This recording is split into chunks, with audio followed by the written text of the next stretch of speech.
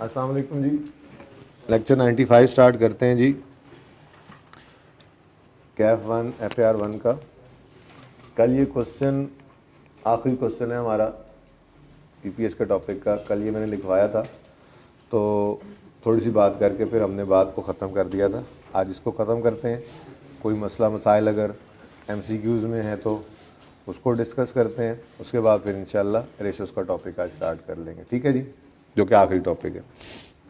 अच्छा जी, मैंने आपसे ये कहा था, पहली बात तो डाइल्यूटेड EPS के अंदर हमने कन्वर्टेबल बॉन्ड्स को देखा था परसों की क्लास में। ठीक है, कल उसकी मज़ीद हमने प्रैक्टिस की। ठीक है, बस कर दो जिगर, अब ये बाद में डिस्कस करना, वकास चले जाओ अब आप। ठीक है, अब हमने कन्वर्टेबल बॉन्ड्स को देखा था। ठीक है, कि वो कैसे डाइल्यूट कर देते हैं EPS को। ठीक है, यानी कम कर देते हैं। डाइल्यूटेड EPS कम ही होनी होती है। ठीक है ना। तो कल फिर हमने उसकी मज़ीद प्रैक्टिस की। हमने कहा अगर कन्वर्टेबल बॉन्ड्स वगैरह हों और उनमें से कुछ कन्वर्ट हो जाएं और कुछ कन्वर्ट ना हो तो उनका क्या ट्रीटमेंट होता है। फिर आपके साथ मैंने बात की थी शेयर ऑप्शंस की, कि शेयर ऑप्शंस क्या होते हैं। कि हम किसी मेंबर को, किसी बंदे को ये ऑप्शन दे देते हैं कि आप हमारे शेयर्स ख़रीद सकते हैं किसी एक एक्सरसाइज प्राइस पे, और नॉर्मली वो मार्केट प्राइस से कम होती है। ये क्यों दिया जाता है ऑप्शन, मैंने कहा था ये बहस मैं नहीं कर रहा। अगर ये ऑप्शन दिया हुआ है तो EPS की कैलकुलेशन पे इसका क्या असर पड़ता है, क्योंकि वैसे तो कोई एंट्री होनी नहीं है ऑप्शन की कोई एंट्री नहीं है। वो तो जब ऑप्शन एक्सरसाइज करता है आके तो हम शेयर्स इशू करते हैं तो तब एंट्री करते हैं ना, cash debit share, capital share, premium credit.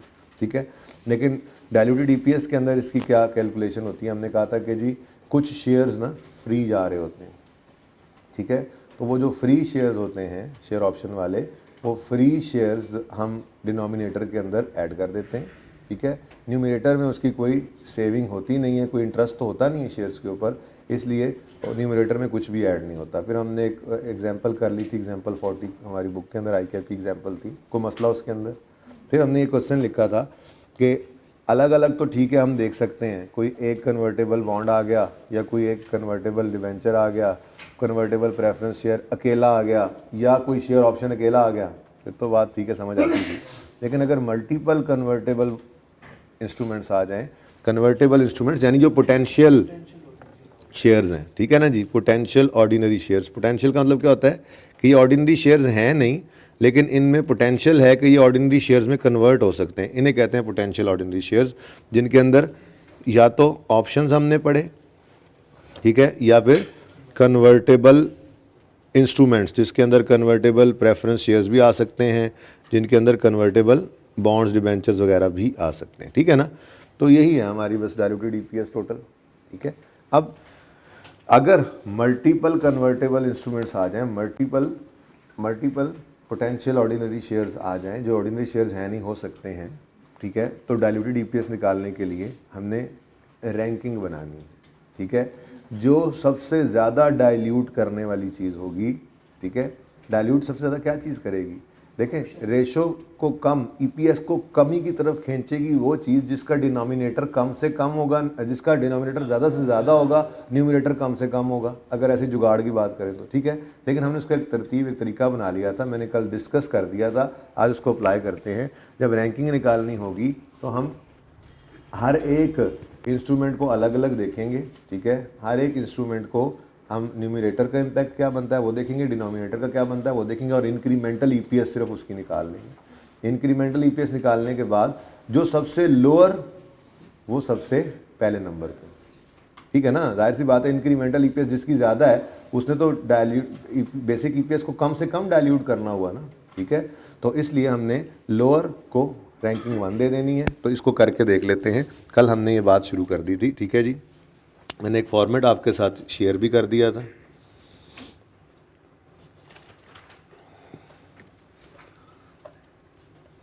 चल शुरू करें जी, वही वाला फॉर्मेट बनाएं, शुरू करें, शाबाश।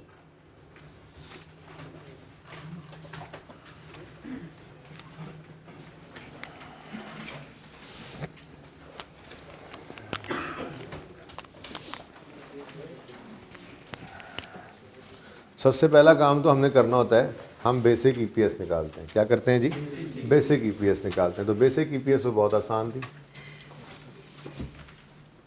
Basic earning per share continuing की, ये 1 मिलियन था, कितना 10 मिलियन था, 10 मिलियन था, 10 million divided by ordinary shares in issue थे 2 मिलियन, क्योंकि प्रेफरेंस शेयर्स कन्वर्टेबल है ना, रिडीमेबल है, इसलिए वो इरिडीमेबल वाला चक्कर तो था नहीं कि उनका हम डिविडेंड यहाँ से माइनस करते, इसलिए बस उनको इग्नोर किया। बेसिक ईपीएस बहुत आसान थी, ₹5 आई थी पर शेयर, और अलग से निकाल ली थी हमने बेसिक ही किसकी, डिसकंटिन्यूड की। ये पहले दिन ही बता दिया था, डिसकंटिन्यूड की ईपीएस अलग निकाल देते हैं कि जी यूज़र इसकी अब आइंदा से उम्मीद मत लगाना। लेकिन आ रहा था हमारे पास लॉस 4 मिलियन का, डिसकंटिन्यूड ऑपरेशंस का लॉस था 4 मिलियन और कंटिन्यूइंग ऑपरेशंस का प्रॉफिट था 10 मिलियन। वो नेट में फिर 6 मिलियन बचा था, लेकिन अलग अलग करें तो इसी तरह से ही था। ठीक है, शेयर्स तो वही है, नंबर ऑफ शेयर्स 2 मिलियन से डिवाइड किया आपने, तो ये आसान काम कल कर लिया था ना ये तो। ठीक है, तो कितना आ गया जी, ₹2 नेगेटिव। तो इनकम स्टेटमेंट के फेस पे ये नेगेटिव शो कर देंगे हम। अगर कभी लॉस आ जाए, ईपीएस निकालनी है, बस वो अर्निंग पर शेयर नहीं होगी, दरअसल वो लॉस पर शेयर आ रहा होगा, लेकिन निकालते हैं, निकाल के फेस पे शो करते हैं, नेगेटिव साइन के साथ नज़र आ रहा होता है। ठीक हो गया, तो ये हमारी बेसिक ईपीएस हो गई। अब डाइल्यूटेड ईपीएस निकालने के लिए सबसे पहले हमें करनी पड़ेगी रैंकिंग। ठीक है, तो वर्किंग 1 में हम रैंकिंग निकालते हैं। बहुत आसान काम है, लेकिन तरतीब यही है। ठीक है, आप 10 से 15 मिनट बस तवज्जो से इसको देख लें, बस इसी सवाल को 2 दफ़ा कर लीजिएगा। इंशाल्लाह कोई और सवाल की ज़रूरत पड़ी तो वो मैं आपको असाइनमेंट के तौर पे दे दूंगा। मेरे ख्याल में इंशाल्लाह इस पे ये काफ़ी होगा, इनफ होगा। ठीक है, बेसिक ईपीएस में हमने काफ़ी कुछ कर लिया था। अब डाइल्यूटेड ईपीएस के अंदर वैसे तो आईकैप की किताब के अंदर जितनी बात हुई थी वो आपने देख ही ली है, 2 एग्जाम्पल छोटी छोटी थी, बस वो हमने देख ली थी, लेकिन हम ज़रा फिर इसको अब बढ़ा के कर लेते हैं। ठीक है जी, तो रैंकिंग में आपने चेंज इन न्यूमरेटर देखना है,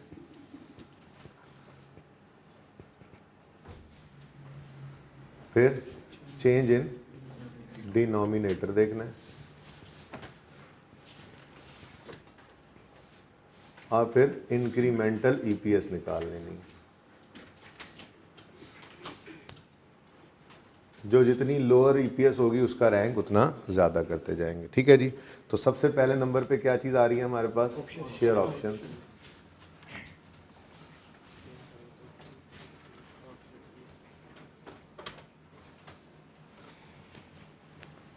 जी, शेयर ऑप्शंस में आपको पता है न्यूमरेटर में कोई भी चेंज नहीं आया करता। ठीक है, डिनोमिनेटर के अंदर लेंथी वाला काम पहले कर लेते हैं, ऐसी ज़रा। ठीक है, क्या कहा था जी सवाल में, हमें कहा क्या गया था कि ऑप्शन क्या है, 1 lakh shares with exercise price of 60 है और एवरेज मार्केट प्राइस जो रही है वो 75 रही है। तो लॉन्ग कट क्या है, क्या सीखा था हमने जी, 1 लाख शेयर ऑप्शंस हैं।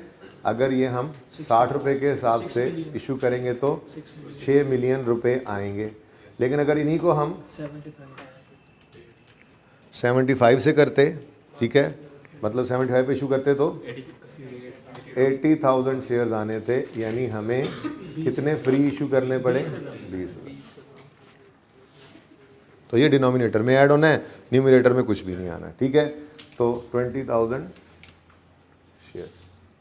ठीक है, शॉर्टकट क्या था जी इसका, इसको कोई शॉर्टकट से भी निकाल सकते हैं। देखें, लॉन्ग कट इसलिए होता है ताकि आपको कभी भी मसला हो तो आप तसल्ली से, सुकून से, कॉन्सेप्ट क्या है उसकी बेस पे आप निकाल सकें। ठीक है, लेकिन अगर हम यूं कहें कि जी 1 लाख शेयर्स हैं,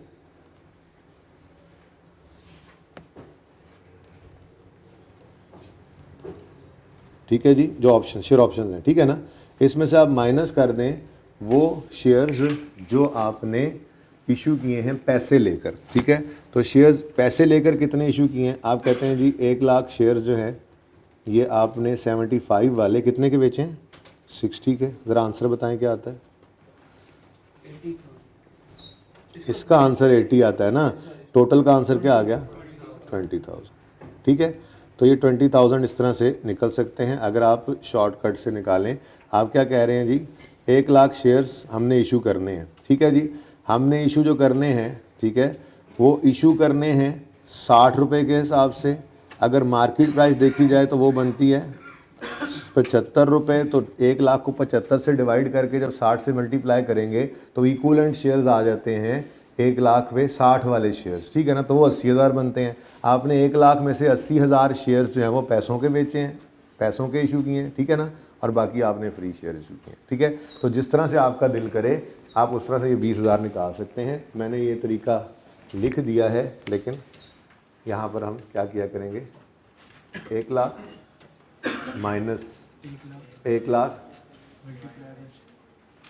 ये 75 रुपये के इशू होते तो मार्केट प्राइस थी, लेकिन हमने इनको तो फिर इक्वलेंट शेयर्स आ गए। इस हिसाब से कितने बने, 80,000। तो 1 लाख में से 80,000 गया तो आ गया 20,000। चले बहरहाल, अब हमने क्या करना है, देखें हम ईपीएस में क्या करते हैं, न्यूमरेटर को डिवाइड करते हैं डिनोमिनेटर से, ठीक है ना। तो न्यूमरेटर डिवाइडेड बाय डिनोमिनेटर, लेकिन 0 है तो 0 divide by 20,000 is equal to 0। अब ये तो सबसे लोअर ही यही है, ठीक है। तो सबसे ज़्यादा इसी ने ईपीएस को खींचना है डाउन की तरफ, डाइल्यूट करने की तरफ, इसलिए इसका नंबर 1 होगा। बहरहाल आगे बढ़ते हैं। नेक्स्ट है जी प्रेफरेंस शेयर्स। चलो अब लिख दिया, खैर है, convertible preference shares, preference shares, ठीक है।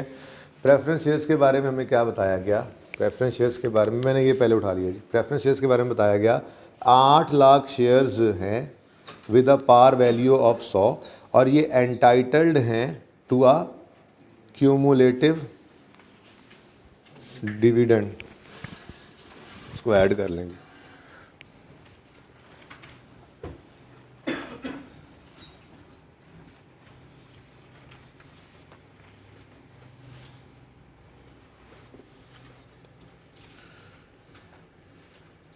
अल्लाह करे ऐड हो जाए, क्यूमुलेटिव डिविडेंड ऐड कर लिया जी सबने। बहरहाल वैसे आपको पता लग ही गया था कि बात क्यूमुलेटिव डिविडेंड की हो रही है, ठीक है ना। अच्छा जी, क्यूमुलेटिव डिविडेंड है इनका कितना, ₹8 पर शेयर। तो ऐसे भी तो दिया हो सकता है, जरूरी तो नहीं परसेंटेज दी हुई हो, ठीक है। आगे वो क्या कहता है, कन्वर्जन क्या है, each preference share is convertible into 2 ordinary shares. ये तो बहुत सिंपल सी कैलकुलेशन थी, ठीक है ना। तो प्रेफरेंस शेयर्स के डिनोमिनेटर में 16 लाख रुपया लिख सकता हूँ, 16 लाख शेयर्स लिख सकता हूँ। क्यों, ये देखो किधर गया, ये 8 lakh preference convertible preference shares 8 lakh हैं जो कि कन्वर्टेबल हैं इनटू 2 ऑर्डिनरी शेयर्स। हर प्रेफरेंस शेयर कन्वर्टेबल है 2 ऑर्डिनरी शेयर्स। तो अगर 8 लाख प्रेफरेंस शेयर्स हैं तो कन्वर्ट होकर कितने बन जाएंगे, 16 लाख ऑर्डिनरी शेयर्स। तो ये मैंने डायरेक्ट 16 लाख लिख दिया, कोई वर्किंग की जरूरत तो नहीं है, करनी है तो कर लो यार। ये भी 8 लाख तो जरूरत तो कोई नहीं थी वैसे, चलो इनटू 2, ठीक हो गया। अब ये तो आ गया डिनोमिनेटर जो हम ये किया करते थे, ठीक है जी। बेसिक ईपीएस वाले के अंदर हमने 16 लाख रुपया 16 लाख शेयर्स ऐड कर दिए। अब ऊपर प्लस करते थे हम interest saving net of tax, interest saving net of tax. अब इंटरेस्ट बनता कितना है आपको पता है, फेस वैल्यू के ऊपर इंटरेस्ट मिला करता है, ठीक है। फेस वैल्यू क्या है जी, 8 लाख शेयर्स हैं, हर एक 10 रुपए का, लेकिन उसने हमें पर शेयर ही डिविडेंड दे दिया था ना, तो जिंदगी आसान होगी। परसेंटेज होती तो इंटू रुपीज़ इंटू 8 का वो फेस वैल्यू करके रुपीज़ निकालते, फिर परसेंटेज लगाते, यहाँ तो ज़िंदगी आसान होगी। हर शेयर के बदले कितना डिविडेंड देना है, 8 रुपये। तो सिंपल 8 लाख इंटू 8। अब कितना बनता है, 6400। अब आपके दिल में क्या आ रहा है, वैसे कल बात कर दी थी मैंने जाते जाते, लेकिन फिर भी दिल तो दिल ही है ना, आ जाती दिल में कि इसको 60% क्यों नहीं किया। क्या मतलब, ये भी तो इंटरेस्ट ही है, ये प्रेफरेंस शेयर्स हैं जो रिडीमेबल हैं, ये भी तो पैट से पहले इंटरेस्ट के साथ साथ ही माइनस होते हैं। पहला लेक्चर याद करो,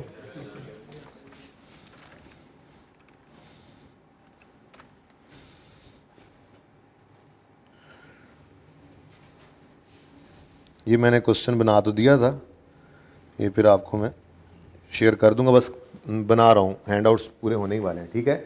ये पहला सवाल जो पहले दिन हमने किया था, सबसे पहला सवाल जिसमें मैंने आपको प्रेफरेंस शेयर समझाए थे, ये भी मैंने यहाँ पे बना दिया आपके लिए। अब हैंडआउट्स इन प्रोसेस हैं, बस तकरीबन बन ही गए हैं, तो फिर इंशाल्लाह इकट्ठा बंच भी एंड पे दे दूंगा आप लोगों को सारे लेक्चर नोट्स का, ताकि जिसके कोई मिस भी हुए हैं रिवीजन करते हुए वो जो भी टॉपिक ओपन करे वो तरतीब से ही चले, ठीक है ना। अच्छा, तो ये डिविडेंड ऑन रिडीमेबल प्रेफरेंस, याद करो, मैंने कहा था जी ऑर्डिनरी शेयर कैपिटल है, तो इररिडीमेबल भी इक्विटी में आता है।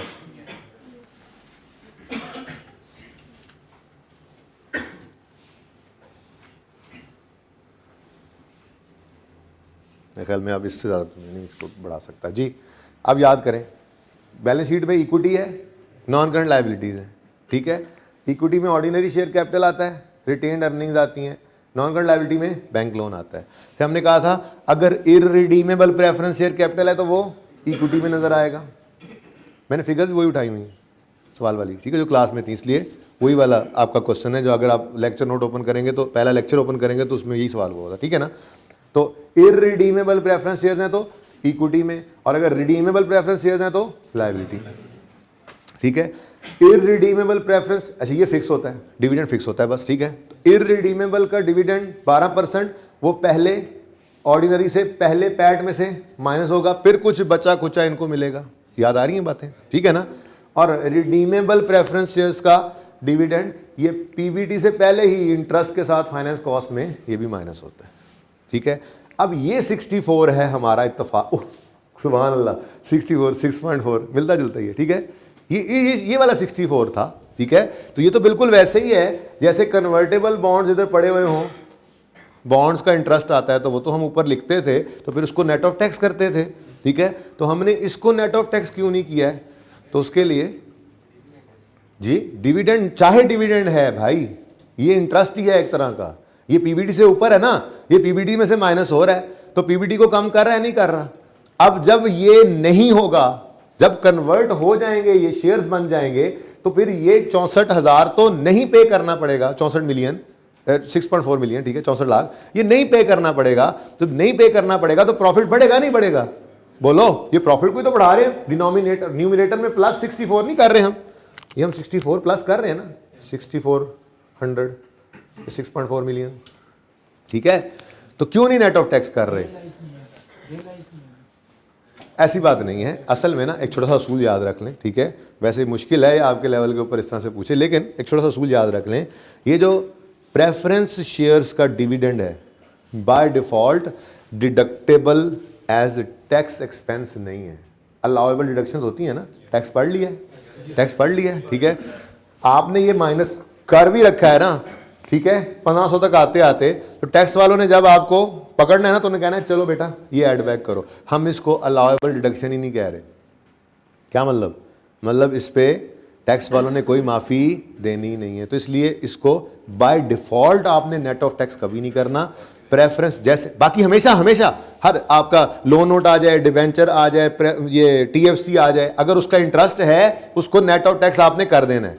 ये जो प्रेफरेंस शेयर्स है ना, इनका जो डिविडेंड है ये बाय डिफॉल्ट नहीं समझा जा सकता अलाउएबल टैक्स रिडक्शन। इसलिए अगर सवाल कहेगा कि preference dividend allowable as tax deduction है तो आप नेट ऑफ टैक्स कर लेंगे, और अगर सवाल खामोश होगा तो फिर आपने इसको नेट ऑफ टैक्स नहीं करना। ये सिर्फ किसके लिए है, रिडीमेबल के डिविडेंड के लिए, ठीक है, और सही है ना।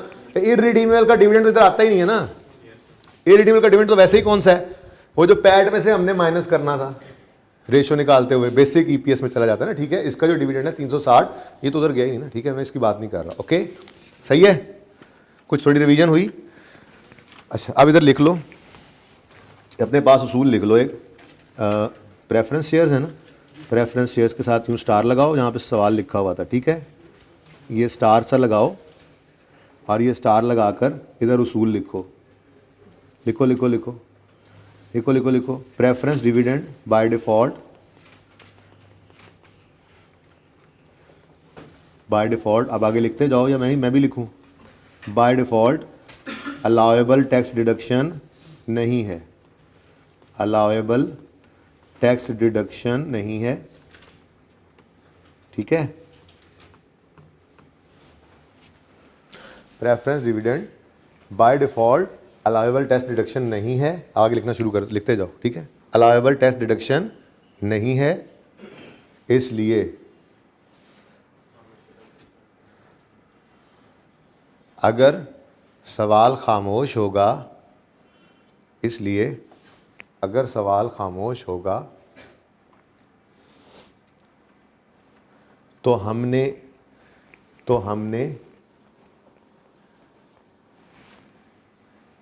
इसको न्यूमरेटर में लिखते हुए हमने इसको न्यूमरेटर में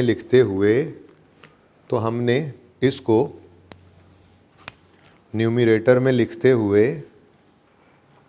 देखो जरा इधर, न्यूमरेटर में लिखते हुए खुद से नेट ऑफ टैक्स नहीं करना।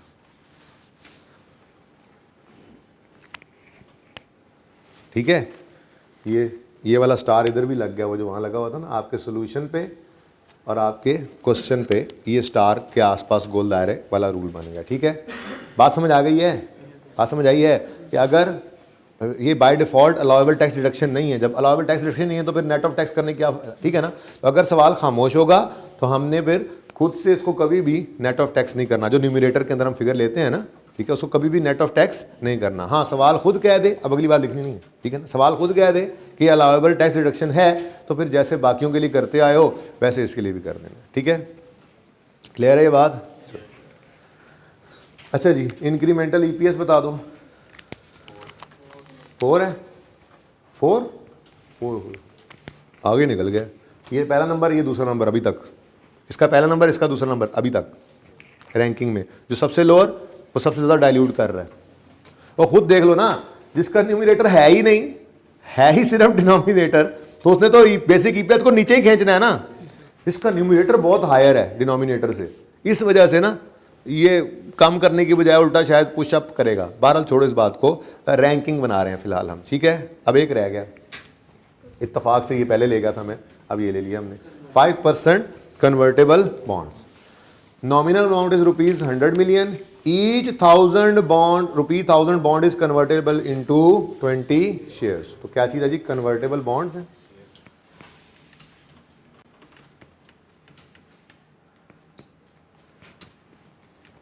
जी, कन्वर्टेबल बॉन्ड्स हैं। अब कितने हैं जी अमाउंट इनकी? 100 मिलियन, 100 मिलियन है। ठीक है जी, अभी तो देखो, each ₹1000 is convertible into 20 shares. तो डिवाइड किया 100 मिलियन को 1000 रुपीज से, मल्टीप्लाई कर दिया 20 से, आंसर आ गया।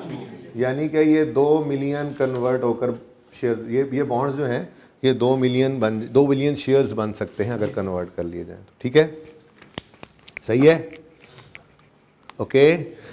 उसके बाद क्या है जी? 5% इन पे इंटरेस्ट रेट है। अब अगर डिनोमिनेटर में आपने इधर देखो, ये 2 मिलियन ऐड किया है, ठीक है, तो फिर यहाँ पर इसकी इंटरेस्ट सेविंग बनेगी तो प्रॉफिट बढ़ेगा। तो यहाँ जो प्रॉफिट पड़ा होता है उसमें ऐड करेंगे, लेकिन ये कोई प्रेफरेंस डिविडेंड नहीं है कि आप इसको नेट ऑफ टैक्स ना करें। बस बाकी सब के लिए रूल वही है कि अगर टैक्स रेट 40% है तो फिर हमने इसकी इंटरेस्ट सेविंग को नेट ऑफ टैक्स करना है, यानी 60% कर देंगे। समझ आ रही है तुम्हें? क्या समझ नहीं आई? अच्छा चलो, इससे पहले तक समझ आई हुई है तो टेंशन ना लो, फिर अभी समझाता हूँ ये। ठीक है जी, मुझे बताओ इंटरेस्ट सेविंग कितनी बनती है? देखो, इंटरेस्ट हमेशा मिलेगा फेस वैल्यू पर, 100 मिलियन इंटू 5%। फेस वैल्यू ना डिबेंचर के मुंह पे लिखा हुआ है, ठीक है, 1000 रुपये, 100 रुपये, जो भी है, मैंने पूरा टोटल ही लिख दिया। अज्यूम करते हैं एक डिबेंचर है, उसके ऊपर लिखा हुआ है 100 मिलियन। एक नहीं होता, काफ़ी होते हैं और उनकी ब्रेकअप वैल्यू होती है, फेस वैल्यू होती है। बहरहाल उसके फेस पे ही लिखा होता है 5%। ये होता है फेस वैल्यू की अमाउंट पे फेस वैल्यू वाला इंटरेस्ट आपको मिलेगा। ये अब आगे जाके ना फाइनेंशियल इंस्ट्रूमेंट IFRS 9 में आप पढ़ेंगे कि मिलता कितना है, कमा कितने रहे हैं, या मिलता कितना है, पे कितना करते हैं, और असल में एक्सपेंस कितना बना, वो अलग अलग होते हैं, वो आगे जाके पढ़ेंगे। फिलहाल सादा बात, आपको कितना इंटरेस्ट पे करना पड़ेगा, ठीक है, वो है जी 5%। ₹100 मिलियन पे 5%। लेकिन ये जो अमाउंट आएगी, इस अमाउंट को, ये अमाउंट तो असल में ना ये कहानी है। ये कहानी है, ये वाली बात मैं कर रहा था। ये याद आ रही है बात? क्या आपको अगर आप सेविंग करते हैं 1,80,000 की, जब ये कन्वर्ट होते हैं तो आपको इतना इंटरेस्ट बचता है, तो अगर इंटरेस्ट बचेगा तो इतना प्रॉफिट आपका बढ़ जाएगा, तो साथ ही साथ फिर इतना टैक्स भी बढ़ जाएगा, तो फिर नेट में तो आपका प्रॉफिट कितना बढ़ा, 1,80,000 नहीं बल्कि 1,80,000 का 70% नहीं 1,26,000। तो ये वही बात कर रहा था मैं, ठीक है ना। अच्छा जी भाई, ये रुपीज़ इन थाउजेंड था ऊपर, ठीक है ना, मैंने रुपीज़ इन थाउजेंड सारा छुपा दिया था ताकि सवाल ज़रा बड़ा नजर आता है। रुपीज़ इन थाउजेंड ऊपर लिखा हुआ है आपने, ठीक है ना। अच्छा बात समझ आई है भाई अब, ठीक है। तो इसको क्या कर देंगे, नेट ऑफ टैक्स, यानी कि अगर 40% टैक्स है तो फिर हम इसको 60% करेंगे, ठीक है। तो ये आ गया 3 मिलियन, तो ये आ गया 1.5। अब जनाब रैंकिंग की बारी आती है, तो ये नंबर 1 है, ये नंबर 2 है और ये नंबर 3, ठीक है जी। इसको नोट कर लें। वैसे ये तो एक्स्ट्रा ही है, इनमें से एक या ये करें पहले वाला या ये कर लें, बाहर लिखा हुआ है फिलहाल। जी वो भी कर सकते हैं, उससे भी 20,000 ही आएगा, उससे भी ज़्यादा शॉर्टकट भाई कह रहे हैं जी, है बिल्कुल है। आप इसको ये ना करें बल्कि 1,00,000 इंटू 15/75 कर दें तो 20,000 ही आ जाएगा। चेक कर लें, जैसे मर्जी कर लें, ऑप्शंस आर वाइड ओपन।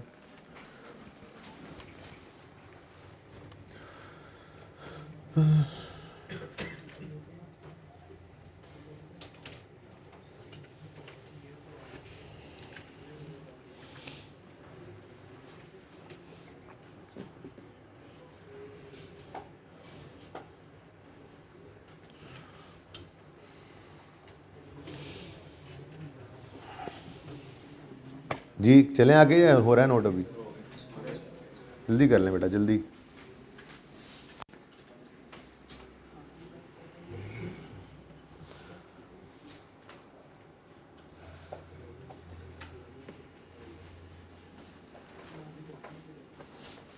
कितने बच्चों ने MCQ सारे ट्राई किए थे? यार 4-5 बच्चे पढ़ रहे हैं सिर्फ, क्या हो गया यार एंड पे आ गया आप लोगों को?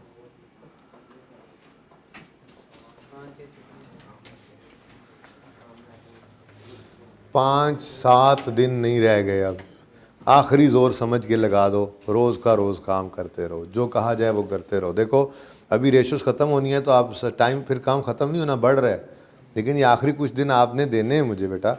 जब मैंने आपको कहना है मिसाल के तौर पे कि यार वो पहले 5 का बंच 2 दिन बाद हमने देखना है, ठीक है, मैं रेशोज़ में ही बता दूंगा कि सबसे पहले, और अभी बता रहा हूँ बल्कि सबसे पहले हम 5 का बंच देखेंगे, तो 1 दिन लगे 2 दिन लगे, उसमें जो चीज़ें रहती हैं वो करके जाना है हमने। कोई सवाल समझूंगा, कोई ज़रूरी है तो करवा देना है, ठीक है, कोई चीज़ रहती है वो डिस्कस करनी है, तो अब वो मेहनत आपकी तरफ से भी तो होगी ना। आप भी तो देखेंगे, IQ की स्टडी टेक्स्ट ओपन करेंगे, सारा चैप्टर देखेंगे, कुछ रह तो नहीं गया, अपनी किताब ओपन करेंगे, सारा चैप्टर देखेंगे, कोई रह तो नहीं गया, ठीक है ना, तो ऐसा कॉन्सेप्ट तो नहीं रह गया। सिलेबस को एक नज़र देखेंगे जी, सिलेबस में जो चीज़ें आ रही हैं क्या वो हमने कर ली हैं, तो ये मेहनत आपकी तरफ से भी होगी, ये दोनों तरफ से चल रहा होगा काम। मैं भी तसल्ली करूँगा लेकिन आप लोगों को भी तसल्ली करनी चाहिए ना। तो ये आखिरी 5-7 दिन 10 दिन जितने भी हैं, ठीक है, इनके अंदर आपने बिल्कुल तवज्जो के साथ ही क्लासेस देनी है, ठीक है, और लेट गो नहीं करना। आपकी 4 तक तकरीबन क्लासेस चल रही हैं, तो मैंने इसी रेशोज़ को ख़त्म करके ना इसी नॉर्मल टाइम के अंदर ही आपकी रिवीजन को भी इनबिल्ड कर देना है। हम नॉर्मल क्लास के टाइम में आ रहे होंगे, काम हम वो कर रहे होंगे जो हमने एंड पे इकट्ठा करके करना था, ठीक है ना। तो इसलिए जिस दिन आपकी क्लासेस एंड होंगी तो FR1 भी इंशाल्लाह एंड, कोई एक आध दिन ऊपर करना पड़ जाता है, ज़रूरत होती है ज़रूरत, और बाकी पेपर नाइट तक मैं आपके साथ ही हूँ इंशाल्लाह, ठीक है ना। तो कोई भी चीज़ ज़रूरत पड़ेगी तो मैं वीडियो बना के भी शेयर कर दूँगा, कम्युनिकेट कर दूँगा, यूट्यूब वगैरह तो है ही हमारे पास, ठीक है ना। तो ऐसे कुछ नहीं है फिर भी कि आपको मतलब कोई चीज़ मेरे जहन में आएगी तो, लेकिन स्टिल मैं अपनी तरफ से एक बार तसल्ली करके भेजूँगा। फिर भी मेरे पास एक प्रोविज़न है कि कोई मसला अगर मुझे लगता है कि जी ये भी होनी चाहिए बात, तो मैं कम्युनिकेट कर सकता हूँ, बट फिर भी एक बार जाने से पहले आप लोगों को तसल्ली से तो भेजना ही है ना। तो इसलिए जब तक मैं कह ना दूँ कि क्लास ख़त्म होगी तब तक नहीं ख़त्म होगी, ओके। अच्छा जी, ये तो थी बेसिक EPS। अब डाइल्यूटेड EPS निकालने लगे हम।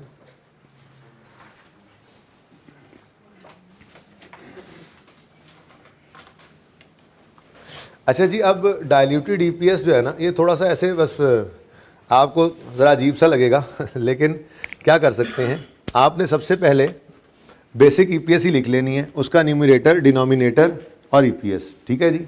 न्यूमरेटर डिनोमिनेटर अलग और ईपीएस। उसके बाद फिर ये जो हमने हर एक का इम्पैक्ट लिया है, ठीक है, ये 1 बाय 1 करके हम उसमें ऐड करेंगे, ऐड करके दोबारा से ईपीएस निकालते चले जाएंगे, ठीक है ना। चेक करते हैं, देखें अभी कर लेते हैं। डाइल्यूटेड ईपीएस निकालने के लिए सबसे पहले बेसिक ईपीएस चाहिए, वो ऑलरेडी निकल चुकी है, ठीक है। डिसकंटिन्यूड की भी अलग निकालेंगे, फिलहाल कॉन्टिन्यूइंग ऑपरेशंस की बात कर रहे हैं। डाइल्यूटेड ईपीएस में किसकी बात कर रहा हूँ जी इस वक्त, कॉन्टिन्यूइंग। अच्छा जी, बेसिक ईपीएस का न्यूमरेटर क्या है और इसका डिनोमिनेटर क्या है, और फिर इसको डिवाइड करने से ईपीएस क्या आई है, बस इतनी सी बात है, ठीक है। मुश्किल नहीं है, आसान है, लेकिन ये अल्टीमेट है, बस इसके बाद अब कुछ नहीं है, इसलिए टेंशन न लें, रिलैक्स होके देख लें भाई, नोट फिर करना। न्यूमरेटर में क्या था जी, 10 मिलियन। डिनोमिनेटर में क्या था, 2 मिलियन। तो बेसिक ईपीएस तो बहरहाल सबसे ज़रूरी चीज़ है, तभी तो उस पर डाइल्यूटेड निकालने के लिए पहले बेसिक निकालनी पड़ती है, तो उसमें हमने खूब मेहनत कर ली थी 4 दिन जी। ₹5, ठीक है। अब रैंकिंग के हिसाब से 1 बाय 1 आपने ऐड करना है, ठीक है ना। पता है आपके दिल में क्या आती थी, आपके दिल में आती थी बस ये इधर इधर प्लस करते जाओ यार, जैसे ये डिनोमिनेटर है ना, ये प्लस ये प्लस ये प्लस ये कर दें, फिर प्लस ये प्लस, ऐसे नहीं निकलती डाइल्यूटेड ईपीएस अगर मल्टीपल इंस्ट्रूमेंट्स आ जाए तो, ठीक है ना। जैसे निकलती है वो समझा रहा हूँ, ठीक है, ये काम नहीं हो सकता। अब सबसे पहला नंबर किसका है जी, शेयर ऑप्शन का। हमें ये मूव तो नहीं करना पड़ा ना कैमरा, ठीक है, शेयर ऑप्शन का, ठीक है। तो हम यहाँ पे लिखेंगे शेयर ऑप्शन। अब न्यूमरेटर का चेंज 0 है, डिनोमिनेटर का चेंज 20,000 है, टोटल करो तो ये आ गया 10 मिलियन और ये आ गया ठीक है जी। अब इसकी ईपीएस निकालो 4.9, ठीक है। नहीं अभी ईपीएस डाइल्यूट नहीं हुई, अब देखना एंड पे जो बात करनी है हैं ये क्या, अच्छा चले फिलहाल। उसके बाद ये नंबर 1 पे था, फिर नंबर 2 पे क्या है, कन्वर्टेबल बॉन्ड है बेटा। रैंकिंग देखो, अब रैंकिंग देखो, ये रैंकिंग थी, ये भी करनी है, ज़रूरी चीज़ है, ठीक है ना। नंबर 1 था इस पे, रैंकिंग में नंबर 3 था इस पे, और रैंकिंग में नंबर 2 था इसका। तो रैंकिंग के हिसाब से वहाँ पे हमने 1 बाय 1 ऐड करने हैं, ठीक है ना। ऊपर रैंकिंग की हेडिंग माजरत देना भूल गया था। तो सबसे पहले शेयर ऑप्शन था, फिर सेकंड क्या है जी, कन्वर्टेबल बॉन्ड्स। चलो अब कन्वर्टेबल लिख लो, आ जाएगा फिर कन्वर्टेबल बॉन्ड्स। हाँ भाई, कन्वर्टेबल बॉन्ड्स में चेंज इन न्यूमरेटर कितना है, 3 मिलियन, और डिनोमिनेटर में चेंज कितना है, 2 मिलियन। अब टोटल कीजिए 13 मिलियन और 40200023, ठीक है। अब रैंकिंग में नंबर 3, प्रेफरेंस शेयर्स हैं,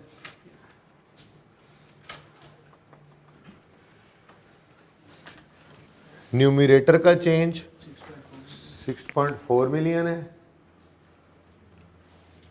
डिनोमिनेटर का चेंज 1.6 मिलियन है। टोटल कीजिए, आपको गए यार इतना काम, अबे नंबर भी ऐसे ही होंगे, अगर सवाल आएगा इस तरह से तो नंबर भी तो हिसाब से होंगे, 8-9 नंबर का सवाल होगा, इतना काम तो कोई नहीं है, ठीक है जी। 19.4,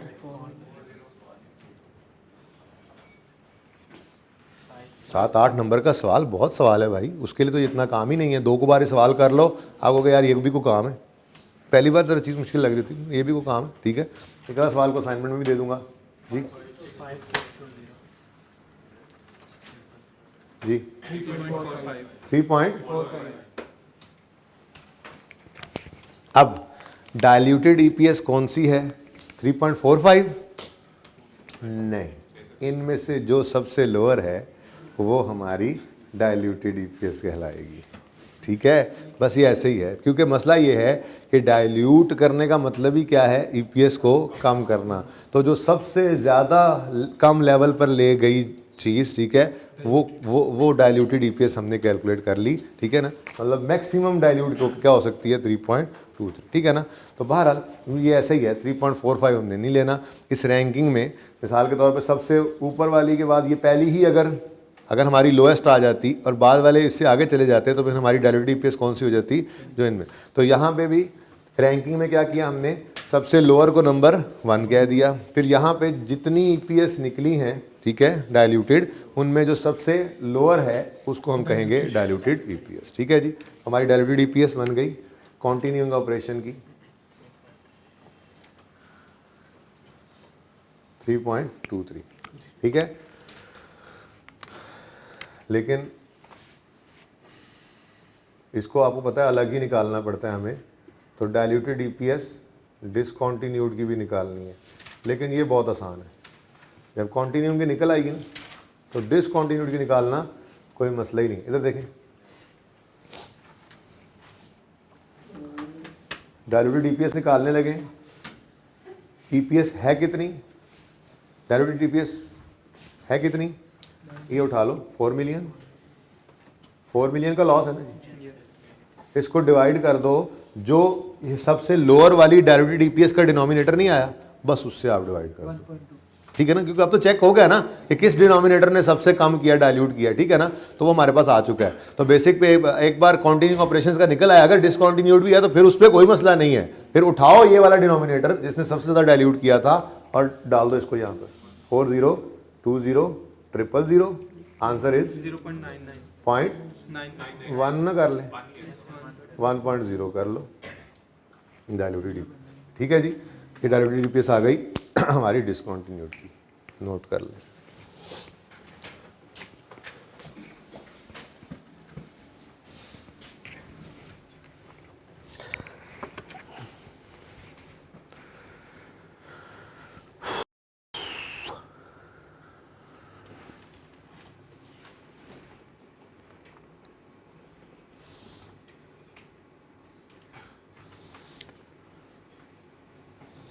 अच्छा यार, ये कोई अच्छी सी पिक्चर लेकर तो मुझे सवाल की उस सोल्यूशन की भेज देना, अगली क्लास में वही दिखा दूंगा ना, थोड़ा रेस्ट हो जाए।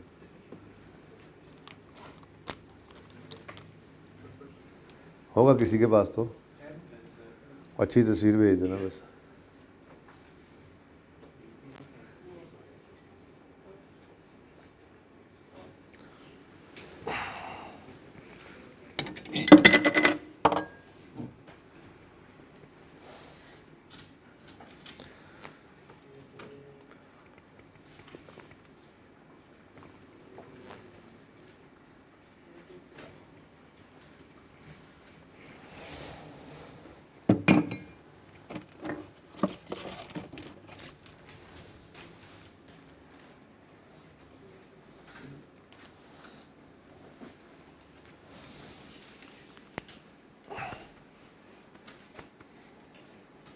पेंडू होने के कई फायदे।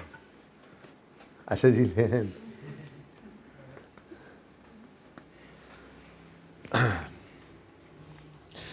अच्छा जी, अब ये क्या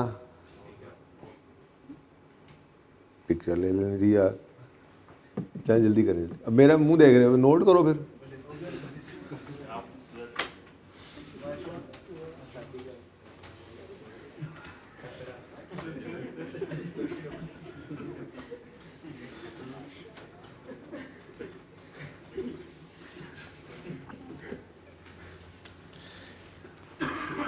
पता नहीं ये कितों लब्बे ने, मैं अल्लाह दिते ने पर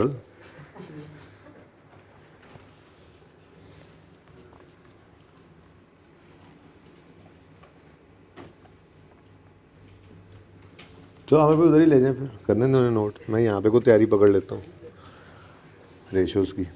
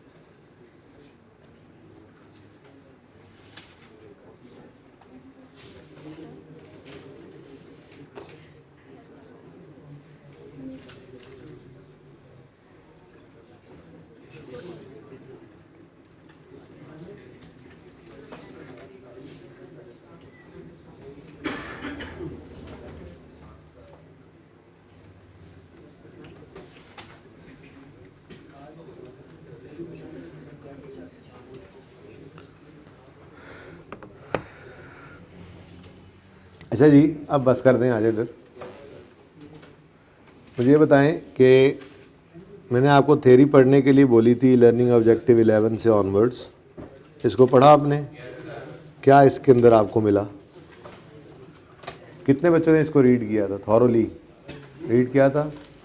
ये 11 से ऑनवर्ड, इसमें कोई क्वेश्चन है तो पूछे, क्योंकि इसके कोई शॉर्ट पॉइंट्स तो मैं बना के आपको मैं बता ही दूंगा।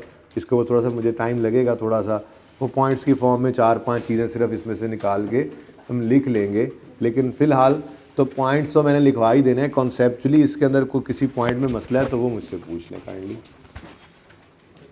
जिन बच्चों ने पढ़ा है ये उनसे सवाल हो रहा है, गंदे बच्चों से नहीं हो रहा सवाल।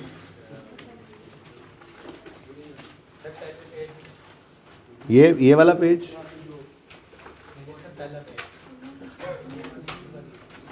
पहले यार यहाँ से बता दो बात।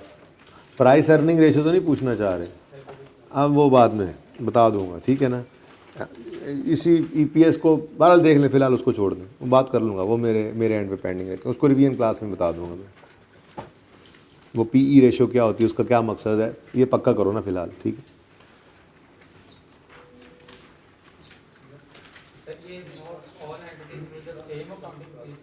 किधर है जी? EPS measures an entity's performance from various viewpoint of investor. It shows the amount of earning available to each ordinary. It means EPS takes हैं?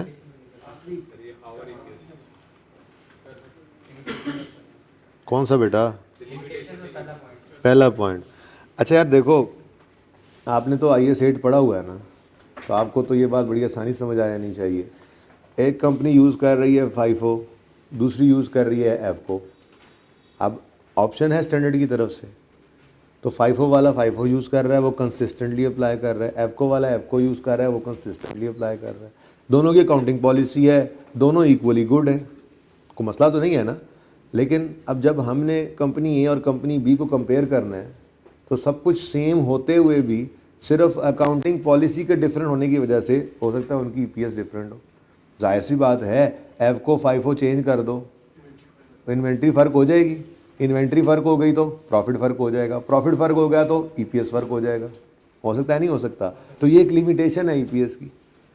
असल में ये रेशोज़ की लिमिटेशन आगे पढ़नी है ना, उनमें ये भी कवर होंगी। बाहर ये आपका क्वेश्चन था, वो मैंने आंसर कर दिया कि आपकी डिफरेंट अकाउंटिंग पॉलिसीज़ जब कंपनीज यूज़ कर रही होती हैं, आप एक कंपनी है जो चल रही है इन्वेस्टमेंट प्रॉपर्टी को लेकर फेयर वैल्यू मॉडल पे, दूसरी चल रही है कॉस्ट मॉडल पे। कॉस्ट मॉडल वालों ने 50 साल सोचा है तो डेप्रिसिएशन एक्सपेंस रिकॉर्ड कर रहे हैं। फेयर वैल्यू मॉडल वाले जो हैं उन्होंने आज ही फेयर वैल्यू पर ढाकर रखा और उल्टा गेन आ गया। अब जब ये एक ने एक्सपेंस रिकॉर्ड किया, दूसरे ने इनकम रिकॉर्ड की, तो प्रॉफिट बदल गया। प्रॉफिट बदल गया तो EPS बदल गई। अब हो सकता है साथ साथ ही दोनों के प्लॉट हों, इन्वेस्टमेंट प्रॉपर्टी वाली वो बिल्डिंग्स दोनों कंपनीज ने साथ साथ ही रखी हुई हों, जिनको हम कंपेयर कर रहे हैं, कंपनी ए और कंपनी बी को। सिर्फ अकाउंटिंग पॉलिसी के चेंज की वजह से बाकी सब कुछ भी सेम हो तो EPS से फ़र्क पड़ गया। दिस इज़ अ लिमिटेशन के not all entities use same accounting policies, ठीक है ना जी? ये एक लिमिटेशन है कि सारी ऑर्गेनाइजेशंस एक जैसी अकाउंटिंग पॉलिसीज़ यूज़ नहीं कर रही होती। तो बहरहाल ये क्या है, ये एक लिमिटेशन है EPS की। फ़र्क समझ आ रहा है? देखो ना, इन्वेस्टर ने क्या करना है, EPS चेक करके इन्वेस्टमेंट का डिसीजन लेना है ना, यार कंपनी ए बेहतर है या कंपनी बी बेहतर है। अब सब कुछ सेम होते हुए भी अकाउंटिंग पॉलिसी के डिफरेंस की वजह से EPS डिफरेंट हो सकती है। अब ये इसका कुछ नहीं कर सकते, हम कह रहे हैं ये लिमिटेशन है EPS की। बहरहाल ये एक प्रॉब्लम है, ठीक है? फिर वो अगली बात क्या कह रहे हैं जी, EPS में इन्फ्लेशन के इम्पैक्ट को क्या कर दिया जाता है, इग्नोर। असल में ना हम क्या करते हैं, हम पास्ट डाटा को उठा के फ्यूचर का डिसीजन ले रहे होते हैं। जो साल गुजर गया है उसी का प्रॉफिट, उसी के शेयर्स देख लो। हम ईयर एंड पे खड़े होते हैं, हम कहते हैं जी ओपनिंग इतने शेयर से इस वक्त ईयर एंड में इस साल का इतना प्रॉफिट आया, निकाल दो EPS। अब जो गुजर चुका उसकी बेस पे EPS निकली। अब इन्वेस्टर ने उसको देख के फ्यूचर का फैसला करना है। लेकिन EPS के अंदर हमने इन्फ्लेशन को कोई नहीं कैटर किया हुआ कि हम इन्फ्लेशन की ऐसी एडजस्टमेंट कर दें कि यूज़र अगर उसको देख के फैसला करे भी तो इन्फ्लेशन भी उसके अंदर आ जाएगी। है ना ऐसा मसला? अरे बात समझ नहीं आई? बस देखो, हम 2020 में खड़े, ठीक है? 2020 के अंदर खड़े होकर हमने प्रॉफिट एंड लॉस अकाउंट बनाया और 2020 का नेट प्रॉफिट आया जो भी आया, ठीक है। इस 2020 के नेट प्रॉफिट को हमने ईपीएस के लिए यूज़ करके ईपीएस निकाल दी। अब एक जो यूज़र होगा उसने इस 20 की ईपीएस को देखना है, लेकिन 20 में तो वो नहीं ना इन्वेस्टर, प्रोस्पेक्टिव इन्वेस्टर है मिसाल के तौर पे, तो उसने अब 21 में इन्वेस्टमेंट का फैसला करना है इस कंपनी में, ठीक है। तो वो इस 20 की ईपीएस के ऊपर 21 का फैसला कर रहा होगा, ठीक है। अब एक लिमिटेशन तो है ना कि ईपीएस से तो इन्फ्लेशन को गौर में ही नहीं लाया था, जो गुजरा हुआ साल था उस गुजरे हुए साल के प्रॉफिट्स निकाले हुए हैं हमने, उसकी बेस पे ईपीएस निकाली हुई है। तो बहरहाल ये एक लिमिटेशन है। लिमिटेशन का लेता है कि बस यार ये है, अब क्या हो सकता है, इसके बावजूद बस ये एक अच्छा टूल है, लोग यूज़ करते हैं, ठीक है, लेकिन इसके अंदर ये मसला है, ठीक है। आगे क्या कहता है जी, वो कहता है जी ईपीएस मेजर्स प्रॉफिटेबिलिटी ओनली। यार एक्रूअल बेसिस ऑफ अकाउंटिंग में हमें पैसे रिसीव हो ना हो, हमने अक्सर इनकम्स रिकॉर्ड की हुई होती हैं, तो ये कह रहे हैं कि ईपीएस तो सिर्फ अर्निंग्स को कंसिडर कर रही है, ये तो देख ही नहीं रही कि कैश फ्लो के हालात क्या हैं ऑर्गेनाइजेशन के। अब उधार पे चीज़ें बेची गए, सेल्स तो आसमानों को छू रही हैं, पैसे पूसे आए कोई नहीं है, उधर से लिक्विडिटी के इश्यूज पड़े हुए हैं, तनख्वाहें देने के लिए पैसे नहीं है, सर्वाइवल की जंग लड़ रही है ऑर्गेनाइजेशन, और उधर प्रॉफिट नज़र आ रहे हैं। पॉसिबल है या नहीं है? लिक्विडिटी के प्रॉब्लम्स आ सकते हैं। वर्किंग कैपिटल मैनेजमेंट आप लोगों का बड़ा मेन काम होगा जब आप किसी ऑर्गेनाइजेशन में की पोस्ट पे बैठेंगे। वर्किंग कैपिटल मैनेजमेंट है ही क्या? आप ओवर ट्रेडिंग में इंडल्ज हो जाए ना, ये बड़ी मुश्किल सी टर्म्स अब मेरे ऐसे मुंह के अंदर आने लग गई हैं, दिमाग में भी और ज़ुबान पे भी, तो ये फाइनल में जाके आपने पढ़ना है, ठीक है ना। वर्किंग कैपिटल मैनेजमेंट आपका काम है।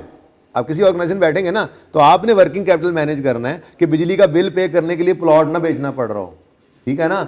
आपने क्रेडिटर को पेमेंट करनी है तो वो आपका सर ना फाड़ दे आके, या वो बाजार में जाके मार्केट में जाके ये ना कह दे कि एनू ना सामान बेचना आज तो बाद ये बंदा पैसे नहीं देता। बात समझिए, आपने वर्किंग कैपिटल मैनेज करना होता है, जिसके पैसे जिसको वादा किया हुआ उसको उसके टाइम पे देने होते हैं, ठीक है। तो जहां से लेने हैं वहां से पैसे लेने भी होते हैं। तो वर्किंग कैपिटल मैनेजमेंट ना करने की वजह से बड़े बड़े बिजनेसेस फेल हो जाते हैं दुनिया के अंदर, और हुए हैं। इसको कहते हैं ओवर ट्रेडिंग, ठीक है ना। तो ये नहीं कि आप चीज़ें बनाई जा रहे हो और बेची जा रहे हो, बनाई जा रहे हो, भाई यार आपने कैश फ्लो भी तो मैनेज करने हैं। तो वो यही कह रहे हैं कि ईपीएस के अंदर होता क्या है, ईपीएस मेजर्स प्रॉफिटेबिलिटी ओनली, ठीक है जी। सिर्फ क्या मेजर करती है ईपीएस?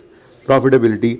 और एंटिटीज कैश फ्लो जो है can be just as important as profit, ठीक है ना। वो कह रहे हैं कि प्रॉफिट सिर्फ प्रॉफिट्स ही इंपॉर्टेंट नहीं होते, बल्कि कैश फ्लोज भी बड़ी इंपॉर्टेंट चीज़ है, तो उसके ध्यान में नहीं रखती। ईपीएस के अंदर हमने कैश फ्लोज को तो नहीं देखा था, बस हमने प्रॉफिट्स ही उठाए थे, और प्रॉफिट्स के अंदर एक्रूअल प्रीपेमेंट्स लगकर हमारे एक्रूअल बेसिस पे प्रॉफिट एंड लॉस अकाउंट बना होता है, तो वो सिर्फ प्रॉफिट को देख रहे थे। तो बहरहाल ये भी एक लिमिटेशन है, ठीक है जी। ओके जी, बहरहाल इसको पढ़िएगा, और कोई स्पेसिफिकली बहरहाल मैं इसके ना छोटे छोटे पॉइंट्स कोशिश करूंगा कोई 4-5 बना के आपको दे दूंगा लिमिटेशंस टाइप, ठीक है ना। लेकिन इसको पढ़ना बहरहाल ज़रूरी था। प्राइस अर्निंग रेशो ये पढ़ी हुई है, मैं बाद में बताऊंगा, ठीक है। Significance of earnings per share देखना है, प्रेजेंटेशन एंड डिस्क्लोजर। यार इत्तेफाक से ना ये पढ़ के मैं आपको प्रेजेंट भी कर ही देता हूँ। FAR 2 के अंदर एक फाइनेंशियल स्टेटमेंट इस वक्त ओपन हुई है, सामने ही है, वो दिखा देता हूँ। कहते हैं जी प्रेजेंटेशन कहाँ पे हो, डिस्क्लोजर हो ईपीएस के, ये ज़रा बता दो। तो कहते हैं जी एन एंटिटी, ये IAS 33 रिक्वायर कर रहा है। क्या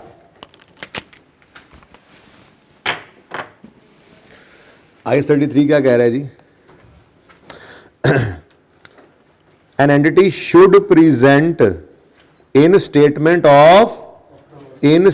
ऑफ प्रॉफिट और loss basic EPS and diluted EPS for profit or loss from continuing operations, ठीक है जी। और अलग से डिसकंटिन्यूड की भी बतानी है, ठीक है। और कंसोलिडेटेड अकाउंट्स ये फिलहाल छोड़ दो, फिलहाल इसकी बात नहीं करते, कंसोलिडेशन की बात अब छोड़ें, ठीक है। Basic EPS and diluted EPS should be presented with equal prominence for all the periods presented. These figures are presented in the at the end of statement of profit और लॉस। सबसे end पे लिखो, उन्होंने कहा, ठीक है। फिर कहते हैं entity presents a separate statement of profit और loss and EPS diluted should be shown. इसको छोड़ो, इसको भी छोड़ो, बेसिक बात जरा कर ले पहले। इफ देयर इज, हाँ ये बात हमारे लिए important, if there is a discontinued operation, basic and diluted EPS from discontinued operation should be shown either on face और in notes to the financial statements. ठीक है जी। और बेसिक, अगली बात ये भी हमने देख लिया, basic and diluted should be presented even if negative figure, यानी कि वो लॉस पर शेयर भी आ रही है। सारी बातें हमने की हुई हैं, जो इंपॉर्टेंट बातें हैं वो मैं हाईलाइट कर रहा हूँ। ठीक है ना। हमने देखें, हमने पहले ये वाला पैरा ये अंडरलाइन कर लिया। ठीक है जी। कॉन्टिन्यूइंग ऑपरेशंस की बेसिक अलग और डायल्यूटेड अलग दिखाओ। और फिर उसने कहा यहाँ पे आकर कि अगर डिसकंटिन्यूड ऑपरेशंस हैं तो उनकी भी ईपीएस जो है वो बेसिक और डायल्यूटेड अलग से बताओ। ठीक है जी। और तीसरी बात क्या कह रहे हैं जी, ये जो बातें मैं हाईलाइट कर रहा हूँ ना, सिर्फ फिलहाल आप ये देख रहे हैं। ठीक है, बाकी आपके स्कोप से ज़रा बाहर की चीज़ें हैं। दूसरी बात ये आ गई। और तीसरी बात ये, अगर लॉस भी हो तो ईपीएस निकालो। ऐसे किया था हमने, अभी सवाल में भी किया है। ठीक है। अच्छा, if diluted earning per share is reported for at least one period shall be reported for all period presented. अच्छा जी, चलें इसको भी छोड़ें फिलहाल। Disclosure requirements. IAS 33 also require disclosure in a note to financial of following: total amount used in numerator to calculate basic EPS and diluted EPS, total amount used in denominator, weighted average shares। वो कहता है कि जी ये भी कहीं पे disclose कर दें आप जो आपने किया। ठीक है जी। एडिशनल मेजर्स क्या हैं ये बाद में पढ़ते हैं। मेरा दिल कर रहा है मैं आपको ज़रा फाइनेंशियल स्टेटमेंट्स दिखा दूँ।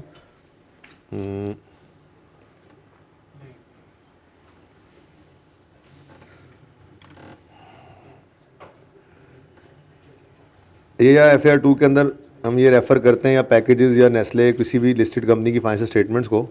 ठीक है, तो ये एक लिस्टेड कंपनी की फाइनेंशियल स्टेटमेंट्स मेरे पास हैं, इनमें मैं प्रॉफिट एंड लॉस ढूंढ लूँ। ये जी स्टेटमेंट ऑफ फाइनेंशियल पोजीशन शुरू हो गई है इनकी, नज़र आ रही है सबको क्लियरली? नहीं, अब सही नज़र आ रही है? ठीक है। अच्छा जी, ये बैलेंस शीट चल रही है।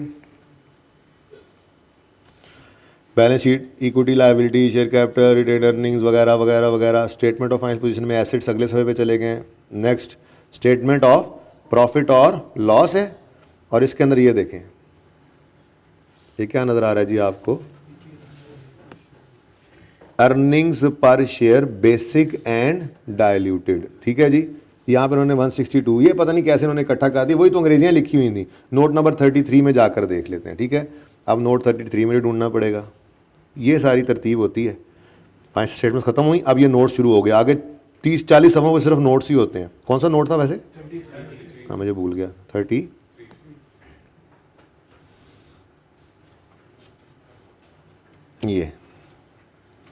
ये जी ईपीएस उन्होंने कहा जी, देखो उन्होंने कहा था ना डिनोमिनेटर और न्यूमिनेटर भी बताओ। देखो इस तरह से नोट बना होगा, लेकिन ये डिस्क्लोजर चलें देख लूँगा, किसी सवाल के अंदर बना भी लेंगे। अब ये डिस्क्लोजर बना हुआ है। ठीक है, डिस्क्लोजर आपके सामने, समझ आ रहा है? वही सारा काम जो आपने किया हुआ है। Profit after tax available for distribution to ordinary share holders.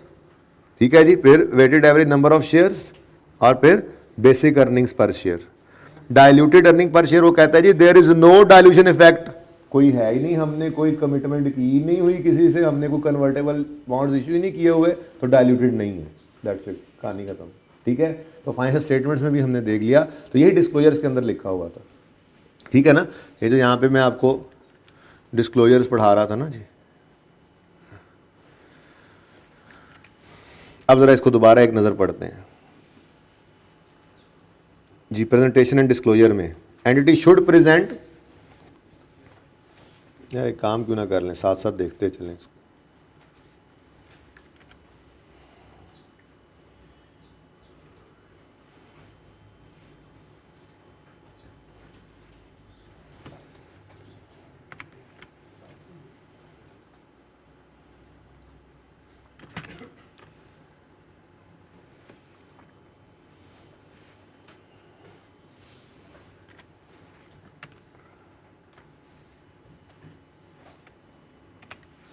लें भाई, अब साथ साथ पढ़ सकते हैं हम जी। इधर से देखें, an entity should present in statement of profit और loss the basic EPS and diluted EPS for profit and loss from continuing operations. ये आपके सामने आ गए। ठीक है जी, ये कॉन्टिन्यूइंग ऑपरेशंस ही हैं, इनके डिसकॉन्टिन्यूड, नेस्ले वालों के कोई डिसकॉन्टिन्यूड ऑपरेशंस नहीं है। जो काम कर रहे हैं इनका इरादा अभी कोई इनमें से बंद करने का नहीं है, दही सही बंद करने का इरादा कोई नहीं है। ठीक है, सारे के सारे कॉन्टिन्यूइंग ऑपरेशंस है। ठीक है, बेसिक है, डायल्यूटेड उन्होंने कहा जी हमने कोई पोटेंशियल शेयर्स हमने इशू ही नहीं किए हुए। ऐसे थोड़े ही हम हर किसी को शेयर होल्डर बना लें, ऐसे नहीं, हम नहीं किसी से वादे करते। ठीक है ना, तो नहीं किए उन्होंने, डायल्यूटेड ईपीएस नहीं है, जान खत्म। ठीक है जी। उसके बाद अगला हाईलाइट क्या किया, if there is a discounted operation the basic EPS and for the should be shown either on the face, और इनकी तो है ही, इनकी तो डिस्काउंटेड ऑपरेशन है कोई नहीं, इसलिए इसको भी इग्नोर कर दिया हमने। यहाँ पे basic and debit EPS should be presented even if it is a negative figure, इनकी तो पॉजिटिव फिगर थी ना, इसलिए यहाँ पर आई नहीं। नेगेटिव भी हो तो मैंने आपको बता दिया है, जैसे ये पॉजिटिव ईपीएस आ रही है, अगर कोई लॉस होता तो लॉस नेगेटिव होता, तो यहाँ पे ईपीएस भी नेगेटिव साइन के साथ आ जाता। ठीक है, सही है। उसके बाद बाकी एडिशनल मेजर्स क्या हैं, ज़रा एक नज़र पढ़िएगा इन सारी चीज़ों को। मेरा दिल ये है कि आप एक नज़र ये सारा पढ़ लें, ठीक है।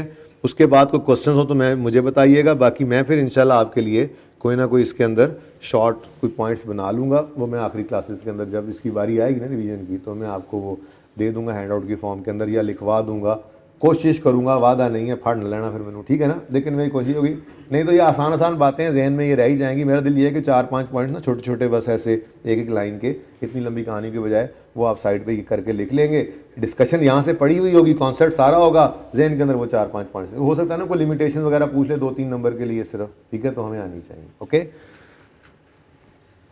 उसके बाद स्टार्ट के अंदर कोई थ्योरी थी थ्योरी कोई,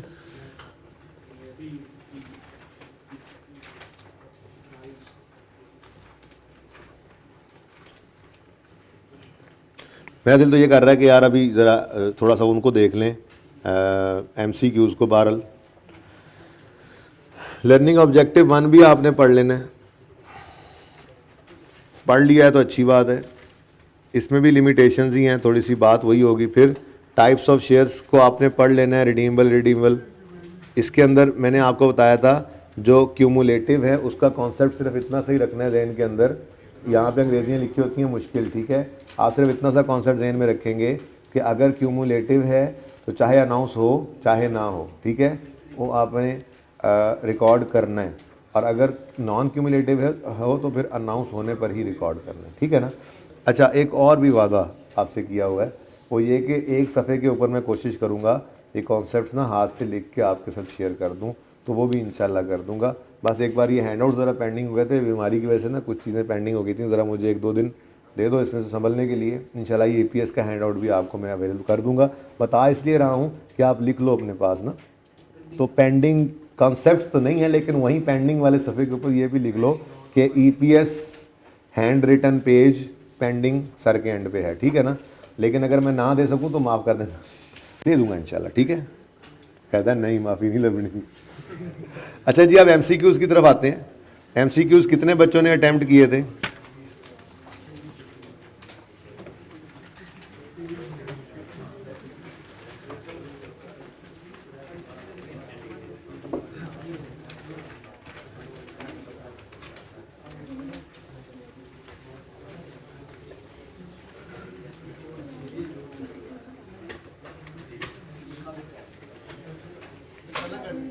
जी, कहीं आज रेशोज भी शुरू करनी है, चुप कर दो, पढ़ के आओगे कल फिर। कितने बच्चों ने वैसे MCQs ट्राई किए थे? अब इस टॉपिक में कुछ रह नहीं गया, इसलिए ये MCQs आपने ट्राई करने हैं सारे के सारे। अब कल कोई माफ़ी नहीं होगी, ठीक है ना। तो क्वेश्चन बैंक वाला सवाल अभी नहीं करना, वो मैं खुद करवा दूंगा आपको जब ज़रूरत पड़ेगी। तो आपका पहला होमवर्क है ऑल MCQs ऑफ IS 33, और ये EPS का नाम है, ठीक है। और दूसरा, कोशिश कर लें आज कोई ज़्यादा बोझ कोई नहीं है, 10-15 मिनट सिर्फ बात करनी है मैंने, शायद कोई एक आध रेशो की बात हो जाए, ठीक है। इसलिए अभी रेशोज़ के टॉपिक का तो इतना बोझ पड़ना नहीं है, इसलिए बराए मेहरबानी ये जो भी हमने क्लास वर्क के अंदर किया है ना, एटलीस्ट वो बाकी सवाल जो प्रैक्टिस वाले थे ना होमवर्क के अंदर, वो आपने नहीं करने। लेकिन एक बार आप आज कोशिश करके ना एक सीटिंग में जो सिर्फ क्लास के अंदर सवाल करवाए थे, जैसे कहानी शुरू हुई थी, ठीक है, तो वो पहले से लेकर आखिरी लेक्चर तक जो क्लास वर्क के क्वेश्चंस हैं वो हिम्मत करके ना एक सीटिंग में बैठ के कर लेने हैं आपने, ठीक है, ताकि ये टॉपिक आपका एक तरह से तैयार हो जाए। प्रैक्टिस आपने खूब की हुई थी, मेरे ख्याल में अगर आप एक सीटिंग में बैठ के स्पीड काम करें ना, तो ये घंटे सवा घंटे के अंदर सारे सवाल हो जाएंगे। 6-7 सवाल तो हमने क्लास के अंदर किए हैं, गप्पें ज़्यादा लगाई हैं इस टॉपिक में, ठीक है ना। स्लोली किया इसको, लेकिन क्वेश्चन वो 6, 7, 8 जितने भी बने जो क्लास वर्क के अंदर मैं बोलता था सवाल ये लिख लो, वो 1-2 सवाल 3 सवाल शायद पहले लेक्चर में थे, 2 को सवाल दूसरे में आए, ऐसे ही 1-2 सवाल हर तो ये आपने एक सीटिंग के अंदर बैठ के कर लेना है। इसके रेशोज़ का ज़्यादा बोझ मैं आज आप पे नहीं डालूंगा, ठीक है, बस 1-2 रेशोज़ की बात कर लेते हैं, ठीक है। अच्छा, ईपीएस भी एक रेशो ही थी बेसिकली, तो ईपीएस भी एक रेशो ही है, तो समझें इसी को ही हम आगे लेकर चलने लगे हैं अब इस टॉपिक को, ठीक है ना।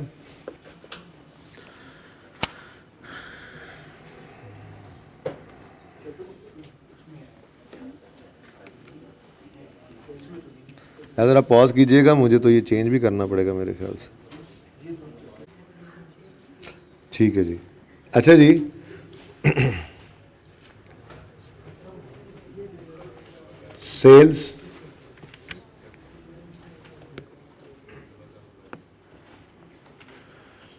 Sales less cost of sales gross profit, कर दो भाई, कर दो ऐड। वैसे ना इससे भी अच्छे वाला फॉर्मेट बनाते हैं हम आज, ठीक है जी। इसके बाद less admin expenses less selling expenses. यहाँ पर एक ब्रेक लग सकती है जो लगा नहीं रहा, वैसे यहाँ पे कहते हैं हम प्रॉफिट फ्रॉम, चलो लगा ही देते हैं, प्रॉफिट फ्रॉम ऑपरेशंस,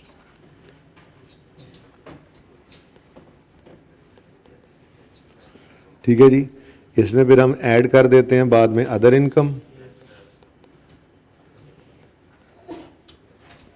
लेस करते हैं अदर एक्सपेंसेस, ठीक है जी। और उसके बाद जो लेस करते हैं ना फाइनेंस कॉस्ट, मैं उससे पहले ज़रा एक ब्रेक आज लगाने लगा हूँ।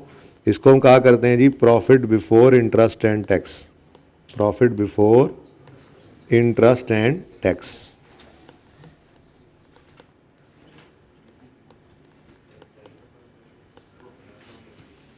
ठीक है। कोई ऐसे ही डाटा ज्यूम कर लेते हैं जी, 1000 रुपये की हमारी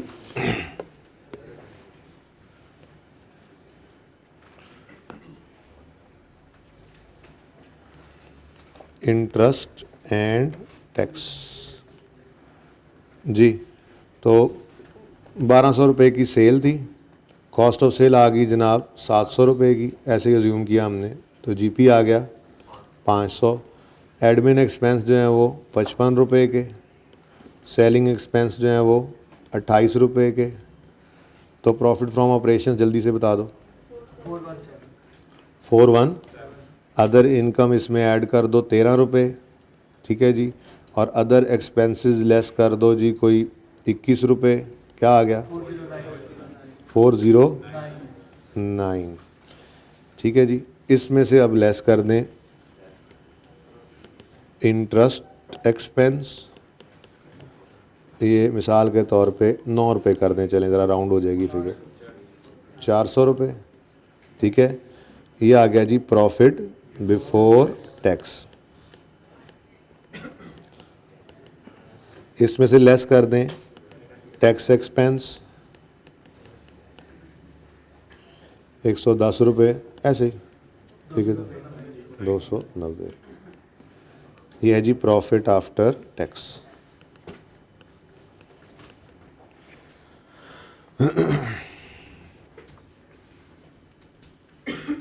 अच्छा, मिसाल के तौर पे सवाल में आपको कहे कि प्रॉफिट बिफोर टैक्स जो है, तो शॉर्ट ही लिख लेते हैं, पीबीटी, सवाल कह दे जी पीबीटी है 400 रुपये, ठीक है जी, और इंटरेस्ट एक्सपेंस जो है वो 9 रुपये है, और हमें क्या चाहिए, कैलकुलेट करके दे दो हमें profit before interest and tax, तो कैसे निकलेगा भाई, हाँ रिवर्स वर्किंग हो जाएगी ना, यहाँ से यहाँ पे जाना है, तो जो 9400 तक आते आते माइनस हुआ है उस 9 को ऐड बैक कर देंगे, यानी अगर हमें पीबीआईटी चाहिए तो हम 400 जमा 9 डायरेक्ट करके 409 पे पहुँच सकते हैं। ये पीबीआईटी भी इस्तेमाल होगा रेशो के अंदर, पहली रेशो में, इसलिए मैंने इसको आपको कैलकुलेट करना सिखा दिया। ठीक है जी, डन, यहाँ तक को मसला। अच्छा अच्छा जी, उसके बाद ये तो हो गया ना आपकी इनकम स्टेटमेंट। बैलेंस शीट की तरह नहीं बनाता मैं, बस ज़रा आसान जो यहाँ पे समझ आ जाए आपको उस तरह से बना देता हूँ।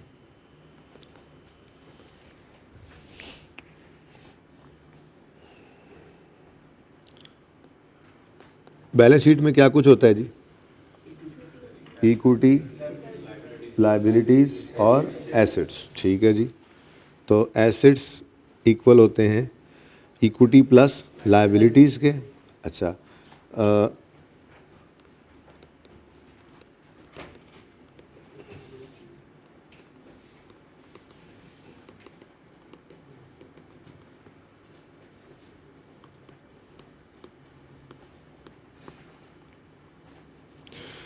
अच्छा इक्विटी के अंदर चलो इक्विटी को इक्विटी रहने देते हैं, लेकिन लायबिलिटीज़ में आपको पता है करंट लायबिलिटीज़ भी होती हैं और नॉन करंट लायबिलिटीज़ भी होती हैं। तो मैं यूँ भी कह सकता हूँ कि equity plus non current liabilities plus current liabilities जो होती हैं वो बराबर होती हैं non current assets plus current assets. अगर हम ब्रॉडली स्पीक करें, बोलें, तो ये हेड्स हमारे बना करते थे, इक्विटी, लायबिलिटी में नॉन करंट और करंट, और इसी तरह से एसेट्स में नॉन करंट और करंट। ठीक है, आप कोई फिगर्स यार अज्यूम कर लो यहाँ पे। ये जनाब 200 है, नॉन करंट लायबिलिटी 50 है, करंट लायबिलिटी 30 है, तो ज़ाहिर है दूसरी साइड बराबर तो करनी पड़ेगी ना। ठीक है, तो यहाँ पर अगर ये कोई 175 है तो फिर करंट एसेट्स कितने होंगे, ज़रा बराबर कर दो मुझे। 105। ठीक हो गया जी, सही है। अच्छा, अब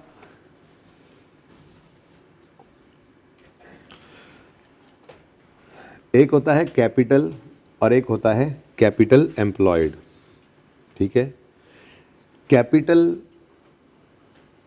एम्प्लॉयड जो होता है वो कैपिटल के लिटरल मीनिंग से ना आपको निकल के सोचना पड़ेगा। कैश फ्लो का टॉपिक हम पढ़ के आ रहे हैं। ठीक है, कैश फ्लो के टॉपिक मैंने आपको बताया था कि कोई भी ऑर्गेनाइजेशन, कोई भी बिजनेस जो है वो अपने आप को फाइनेंस करने के लिए दो तरह के लोगों से पैसे लेता है। ठीक है ना, एक वो जो ओनर घर से लेकर आते हैं पैसे, वो भी कैपिटल ही होता है। ठीक है, उसको इक्विटी कैपिटल कह रहे होते हैं। और एक वो होता है जो लॉन्ग टर्म के लिए 20-20, 30-30 साल के लिए भी लोन ले लेते हैं यार बैंकों से, लॉन्ग टर्म। ठीक है ना, या गवर्नमेंट से ले लिए, बड़े बड़े अरसे के लोन होते हैं। ठीक है, तो जैसे इक्विटी होती है वैसे ही लॉन्ग टर्म लायबिलिटीज़ भी होती हैं। तो बिज़नेस को चलने के लिए जो पैसों की ज़रूरत होती है, बिज़नेस उन्हें मेनली, देखें, शॉर्ट टर्म लोन को चलने के लिए वो तो छोटे मोटे खर्चे पूरे करने के लिए होता है, छोटी मोटी उस वक्त की ज़रूरत को पूरा करने के लिए होता है। बिज़नेस जिन पैरों पे खड़ा हुआ है, ठीक है, वो पैर कौन से होते हैं? जो ओनर घर से पैसे लाए हुए हैं या जो लॉन्ग टर्म डेट्स बैंक्स ने दिए हुए हैं। बात समझ आ रही है? ठीक है, तो इसका मतलब ये हुआ कि अगर मैं कैपिटल एम्प्लॉयड की बात करूं, किसकी जी?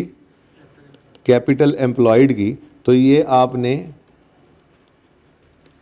लिटरल मीनिंग ऑफ कैपिटल से निकल के सोचना है। ठीक है, इसका मतलब ये है कि कैपिटल एम्प्लॉयड का मतलब है equity plus long term liabilities.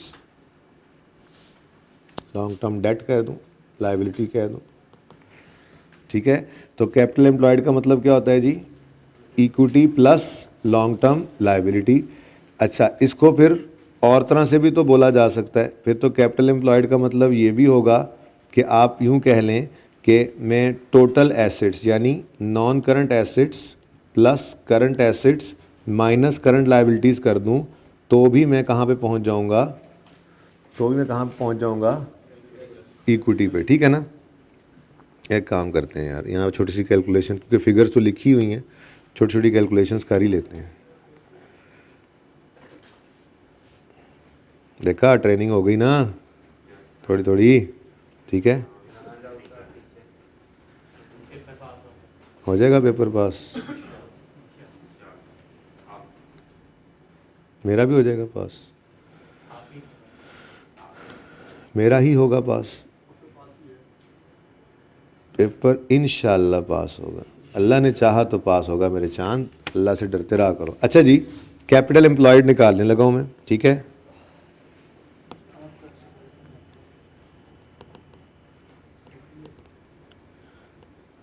ये दो नई टर्म्स थी ना, ज़रा इन्होंने पहली रेशो में इस्तेमाल होना था, तो पहली रेशो में ज़रा तंगी आती है, तो मैंने कहा चलो ये टर्म ज़रा समझा दूँ, ठीक है ना जी। कैपिटल एम्प्लॉयड निकाल के दे दो मुझे जी। कैपिटल एम्प्लॉयड कैसे निकलेगा? Equity plus long term debt, कितना आ गया? 250। मैं कहता हूँ डाटा जिस तरह से दिया हो ना उस तरह से यूज़ कर सकते हैं ना हम, ठीक है। तो दूसरा तरीका क्या है जी? दूसरा तरीका क्या है? आप ये यूज़ कर लो दूसरा फार्मूला, नॉन करंट एसेट्स कितने हैं भाई? 175 प्लस करंट, यानी टोटल एसेट्स कितने? 105 माइनस 30, आंसर क्या आता है? अगेन 250, दोनों का आंसर सेम है, ठीक है ना। तो ये मैंने आपको क्या कैलकुलेट करना सिखाया जी अभी? कैपिटल एम्प्लॉयड, ठीक है। और ये नीचे करके क्या कैलकुलेट करना सिखाया अभी आपको? Profit before interest and tax, ठीक है। तो ये दो चीज़ें हमें ज़रूरत पड़ेंगी, एक कैपिटल एम्प्लॉयड, ठीक है जी, और दूसरा profit before interest and tax, ठीक है जी। फॉर्मूला आपको बता दिया। कैपिटल एम्प्लॉयड के लिए मैंने आपको कहा कि कैपिटल के लिटरल मीनिंग से निकल कर सोचो और ये बताओ कि ऑर्गेनाइजेशन किन किन बैसाखियों पे खड़ी है, ठीक है। एक तो ओनर्स घर से पैसा लाए, ये तो अपना हो गया, और एक बैंकों ने लोन दिया लॉन्ग टर्म के लिए, ये पराया पैसा तो है ना, ठीक है। लेकिन लिटरल मीनिंग से निकल के, इक्विटी के लिटरल मीनिंग से निकल के पहली रेशो के बारे में मैं बात करने लगा ना जो, ठीक है, उसका मैं नाम अभी आपको बताता हूँ, ठीक है। आपने सोचना है तो कैपिटल इक्विटी सिर्फ होगा ना, सिर्फ इक्विटी लिखा होगा तो उसका मतलब शेयर कैपिटल होता है या शेयर प्रीमियम होता है, रिटेन अर्निंग्स होती हैं, वो वही पैसा जो ओनर घर से लाया है या बिजनेस ने कमाया और ओनर का है, ठीक है ना। तो इक्विटी का मतलब तो share capital, share premium, retained earnings, surplus वगैरह ही है। लेकिन जब कभी हम कैपिटल एम्प्लॉयड की बात करेंगे तो कहाँ कहाँ से कैपिटल रेज किया हुआ है कंपनी ने, फिर वो ज़रा ब्रॉड मीनिंग के अंदर आ जाएगी बात। हम वो ओनर जो घर से जो पैसा लाया इक्विटी, वो भी हम कंसिडर करेंगे फिर, और जो बैंकों ने लॉन्ग टर्म के लिए दिया हुआ है उसको भी कंसिडर करेंगे, यानी नॉन करंट लायबिलिटीज, ठीक है जी। सही है, ये कहीं पे नोट करनी है एग्जाम्पल तो कर लें।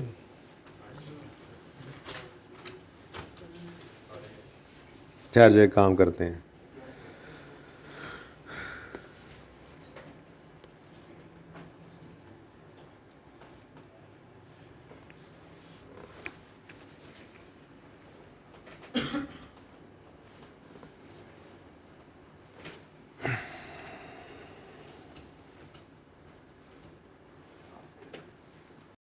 ठीक है, ये कुछ चीज़ें थी, ठीक है जी। थोड़ा सा डाटा था, ये डाटा तो बस वैसे ही income statement balance sheet assume करके हमने बना ली, ठीक है।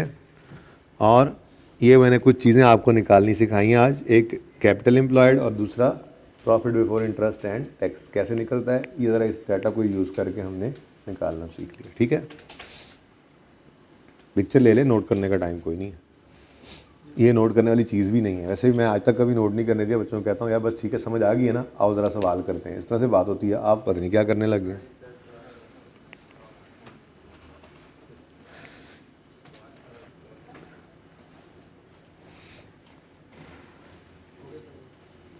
और ये क्या रह गया? ये कुछ रह गया यहाँ पे, बाकियात, कौन सी बाकियात है ये? हैं? अच्छा, चाह बेचारा, अरे यार तुम्हारा 9 उधर रह गया था, तुम्हें बताया ही नहीं। अच्छा लें भाई, अब सबसे पहली रेशो, बस ये रेशो का फॉर्मूला लिख के फिर मैं आपको सवाल बताता हूँ, उस पर आपने घर पे ट्राई करके आनी रेशो, ठीक है जी। सबसे पहली रेशो जो आज हम ज़िंदगी में पढ़ने जा रहे हैं, ईपीएस के बाद ईपीएस भी एक रेशो ही है, ठीक है।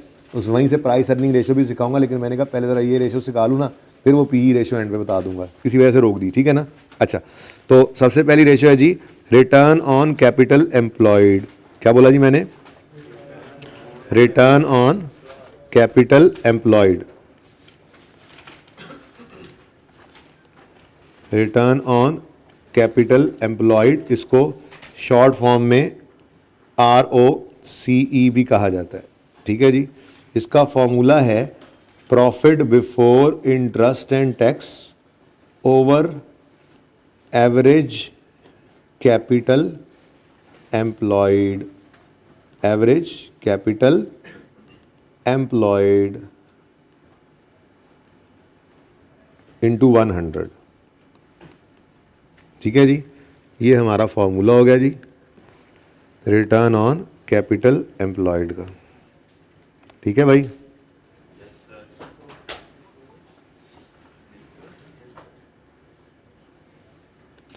अच्छा जी, अब अपना चैप्टर अगर आप ओपन करें ना, मैंने अभी वो कन्वर्ट नहीं किया, मैंने यहाँ पे इसलिए नहीं डाला, ठीक है, आज मैं डाल दूंगा इसको, मुझे नहीं पता था शुरू करेंगे या नहीं करेंगे आज भी। तो अगर आप अपना चैप्टर ओपन कर लें जी, रेशोज़ का, और कौन सा, उसका नाम असल में है इंटरप्रिटेशन ऑफ फाइनेंशियल स्टेटमेंट्स, ठीक है ना जी।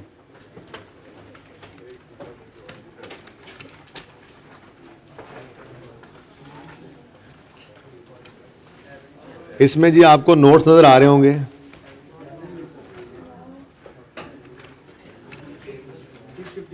ठीक है जी।